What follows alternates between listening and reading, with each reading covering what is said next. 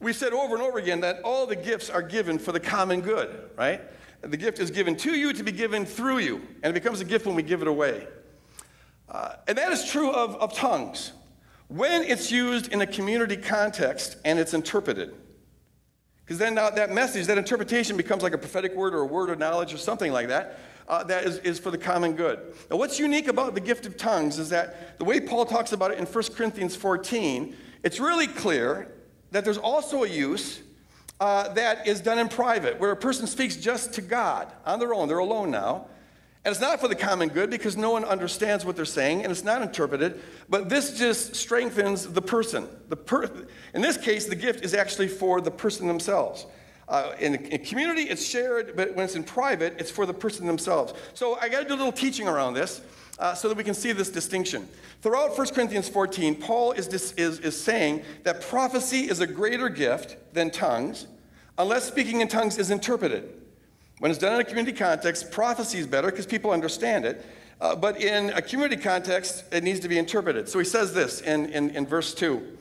Anyone who speaks in a tongue does not speak to people but to God. And here he's talking about this private use. Indeed, no one understands them. They utter mysteries by the Spirit. But the one who prophesies speaks to people for their strengthening, encouragement, and comfort. That's what prophecy does. Anyone who speaks in a tongue edifies themselves, but the one who prophesies edifies the church. Now the word edifies there, it just means to strengthen. We get the word edifice from it, to build up. And so Paul is saying there's a kind of use of the gift of tongues that just strengthens the speaker. It just builds them up. But it's not for anyone else because no one else would understand that. No one else would understand them. This distinction becomes clearer when we move on to verse 18 and 19. Paul says, I thank God, listen to this now, I thank God that I speak in tongues more than all of you. Now, you read 1 Corinthians 12 and 14, and Corinthians were speaking in a lot of tongues. But Paul says, man, I speak in tongues more than all of you. So this guy spoke in tongues a lot.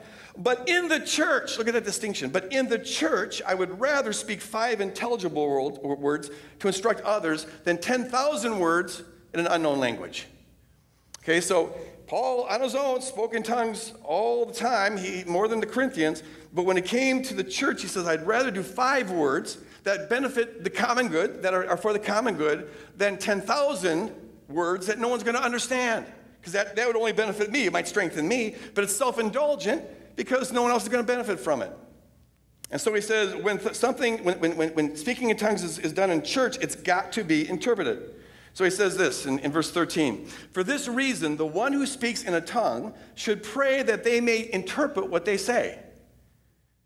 And so if you have the gift of tongues and you feel like it's supposed to be something that's shared with others, pray that God would give you now the gift of interpretation so that you would understand what you're saying when you speak in tongues.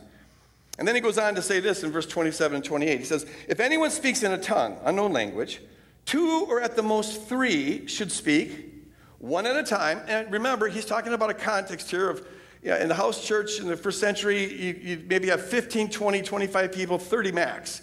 But it'd be a smaller group. But he say it's got to be done decently in order, 2 or at the most 3, and someone must interpret.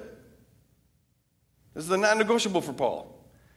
If there is no interpreter, he says, if there is no interpreter, the speaker should keep quiet in the church and speak to himself and to God.